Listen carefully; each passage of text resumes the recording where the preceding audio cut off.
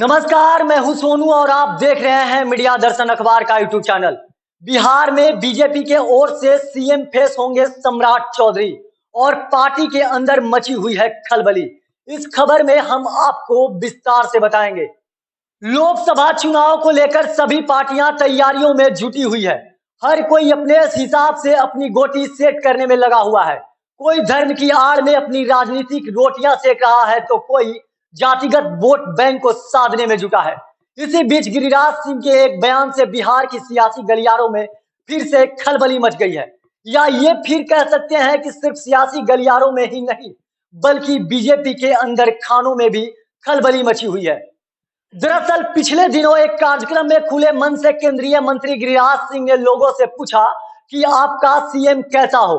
उधर से आवाज आया सम्राट चौधरी जैसा हो। केंद्रीय मंत्री और भाजपा के वरिष्ठ नेता गिरिराज सिंह के बिहार के मुख्यमंत्री के चेहरा के रूप में सम्राट चौधरी के नाम उछाले जाने के बाद अब इसके कई मायने निकाले जाने लगे हैं। इसी बीच विधानसभा में विपक्ष के नेता विजय कुमार सिन्हा ने भाजपा में सामूहिक नेतृत्व की बात की है।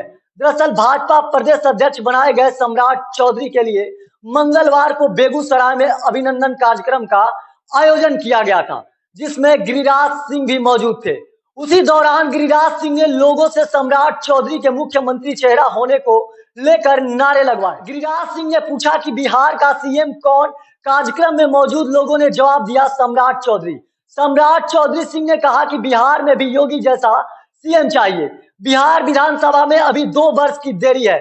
यहाँ 2025 में विधानसभा चुनाव होना है। ऐसे में सीएम चेहरा को लेकर नारेबाजी को लेकर मायने निकाले जाने लगे हैं। कहा यह भी जा रहा है यह भाजपा की एक रणनीति हो सकती है।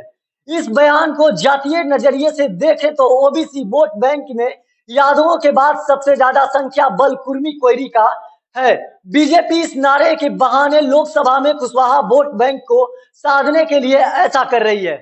जातीय ताकत की बात करें तो बिहार में यादवों की आबादी तकरीबन 15% है, तो कुर्मी कोयरी की 7% के करीब है। कुर्मी कोयरी में भी कोयरी की आबादी ज्यादा है। ऐसे में राजद के यादव वोट बैंक का मुकाबला अगर किसी भी पार्टी को करना है तो उसमें कुर्मी कोयरी वोट बैंक अहम भूमिका निभा सकता है। सम्राट चौधरी कोयरी समाज से आते हैं। ऐसे में माना जा रहा है कि ओबीसी वोट बैंक को साधने के लिए ऐसा किया जा सकता है, क्योंकि बीजेपी की रणनीति हर किसी की समझ की बात नहीं है।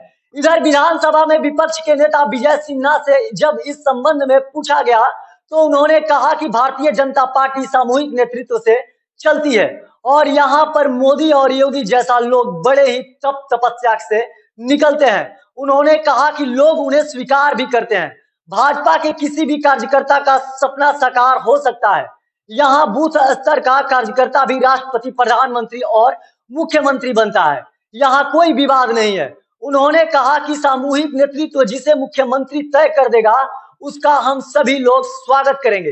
हालांकि सिन्हा के बोलने के भाव से ऐसा अंदाजा लगाया जा रहा है कि सम्राट चौधरी के सीएम फेस से बीजेपी के अंदर खाने में सब कुछ ठीक नहीं है। हालांकि अब ये तो वक्त ही बताएगा। फिलहाल बने रहिए मीडिया दर्शन के साथ। तब तक के लिए दीजिए इजाजत। मैं सोनू कुमार, धन्यवाद।